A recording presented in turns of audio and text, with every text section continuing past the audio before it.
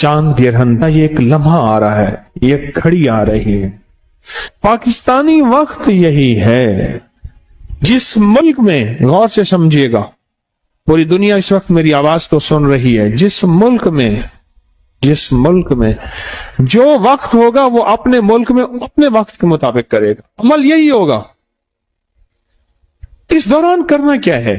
اس دوران ہم نے دعا میں لگ جانا ہے، نفل میں لگ جانا ہے، تسبیح میں لگ جانا ہے۔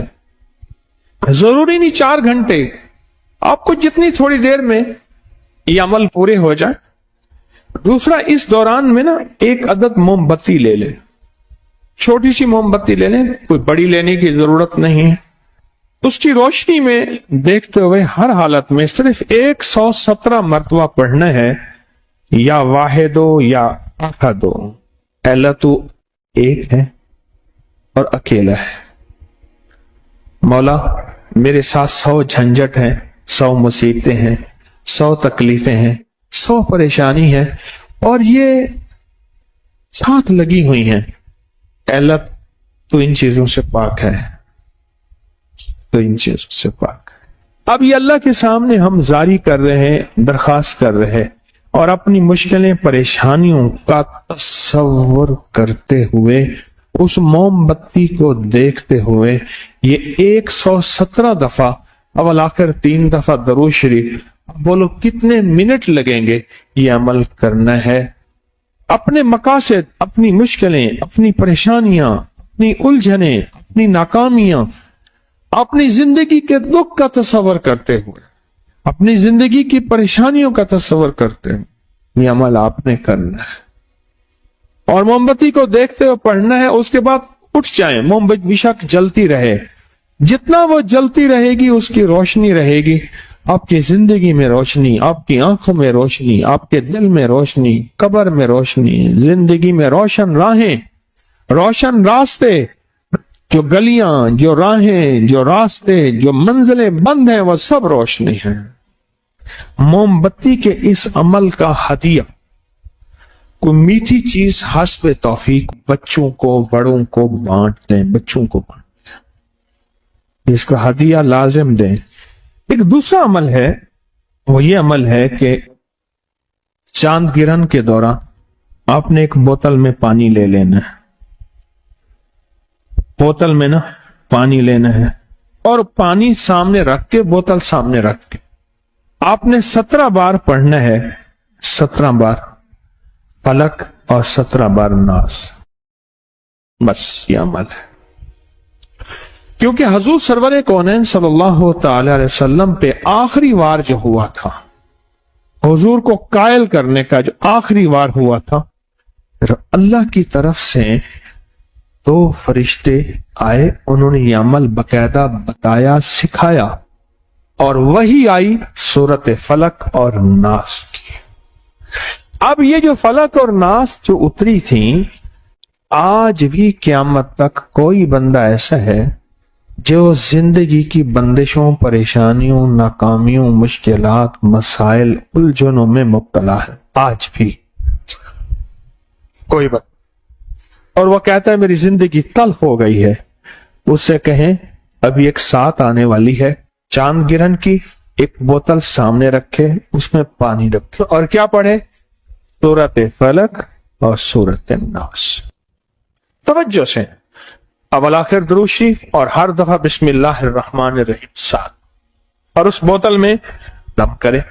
اچھا، گھر کا ہر فرد یہ موم بتی والا عمل اپنا بھی کر سکتا ہے، پورے گھر کے بھی کر سکتے ہیں، اور یہ ہدیہ اگر پورے گھر کی طرف سے کرنا ہے تو ہدیہ پورے گھر کی طرف سے ہوگا۔ گھر کے ہر فرد نے کرنا ہے تو ہر فرد اپنا ہدیہ دے دے۔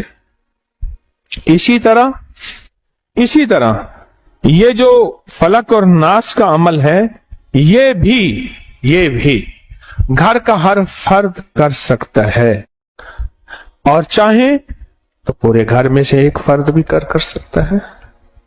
17 دفعہ فلک اور 17 دفعہ سورۃ الناس، اس کا ڈھکنا کھلا رکھیں اور توجہ سے یہ اس پہ دم کر دیں۔ کیا کر دیں؟ اور اس کا جو ہدیہ ہے وہ بھی پانی ہے، پانی کا ہدیہ بھی پانی ہے، پانی کا ہدیہ بھی پانی ہے۔ کسی قریبی مسجد پانی کا بل ادا کر دیں، کسی جگہ نل کا لگوا دیں، سبیل لگوا دیں، کسی سفید پوش کے گھر کے پانی کا بل دے دیں، یا لوگوں کو ٹھنڈا میٹھا پانی پلا دیں، اس کا ہدیہ بھی کیا ہے؟ پانی ہے۔ اور یہ بیماریوں کے لیے، تنگ دستیوں کے لیے، الجھنوں کے لیے، جھگڑوں کے لیے، نا اتفاقوں کے لیے، آنے والی مصیبت، اس پانی کو آٹا گوندنے میں، چائے بنانے میں، پینے میں، کرنے میں، دیواروں پہ نہ پھینکیں، گھر میں پاؤں نہ آئے، باقی ہر جگہ اس کو پینے کھانے پکانے میں، پینے کھانے پکانے میں اس پانی کو بڑھاتے جائیں، استعمال کریں۔ اور کوئی دم والا پانی پڑا ہے تو اس میں ملا لیں، ایک ہی ہو جائے۔ اب تیسرا عمل اور آخری عمل سنیں، چھوٹا سا عمل ہے۔